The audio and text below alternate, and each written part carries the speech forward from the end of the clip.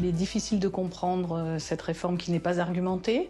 On a une loi Touraine qui avait défini des lignes et puis d'un seul coup, il y a cette accélération sans qu'elle soit explicitée et en tous les cas justifiée. J'ai cette impression que le gouvernement, en ouvrant cette porte-là, va rester dans un dialogue perpétuel en fait sur la durée de travail et donc notamment sur les réformes des retraites qui pourraient être successives. Et puis aussi une accélération injuste avec une génération qui est touchée à partir de 1961 et qui normalement devrait voir l'effet de cette réforme au prochain été.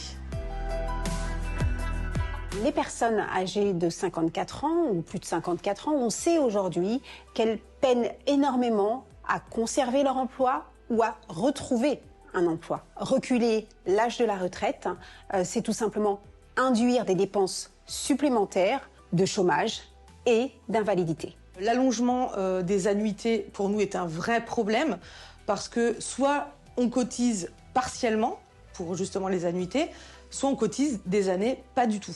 On a l'impression que toutes les autres pistes qui ont été proposées par les organisations syndicales ont été balayées d'un revers de main, sans explication aucune. On est dogmatiquement axé sur l'âge. Toutes les autres propositions qui sont des modifications d'exonération, des changements de cotisation, toutes ces pistes-là, qui sont pourtant présentées par plusieurs organisations syndicales, ne semblent pas avoir été étudiées.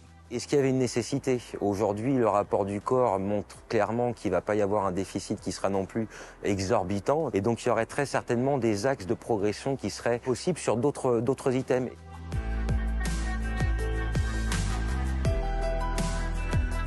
L'un des points névralgiques du projet de réforme est l'absence totale de la notion de pénibilité en milieu professionnel. La manutention manuelle de charge, les postures pénibles. On peut également prendre en compte l'exposition aux agents chimiques dangereux ou encore les vibrations mécaniques. Et aujourd'hui encore, on voit que volontairement, sans doute, elles ont encore été exclues du projet.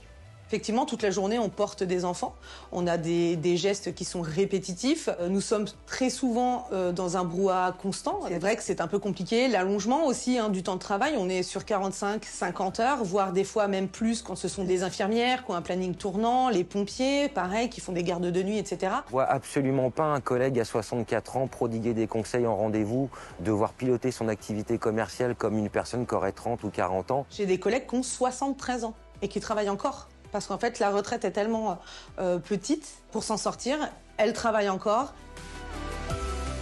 La problématique des carrières longues, qui peut concerner aussi les personnels de l'éducation nationale, pour ceux qui ont travaillé tout en poursuivant leurs études. Mais si, de toute façon, l'âge légal fait que l'âge à laquelle ces personnes partiront sera supérieur au nombre de trimestres cotisés, ça restera une disposition totalement injuste. Le projet de réforme élude totalement la révision de la majoration forfaitaire de la pension des femmes qui ont seulement 1 ou 2 enfants.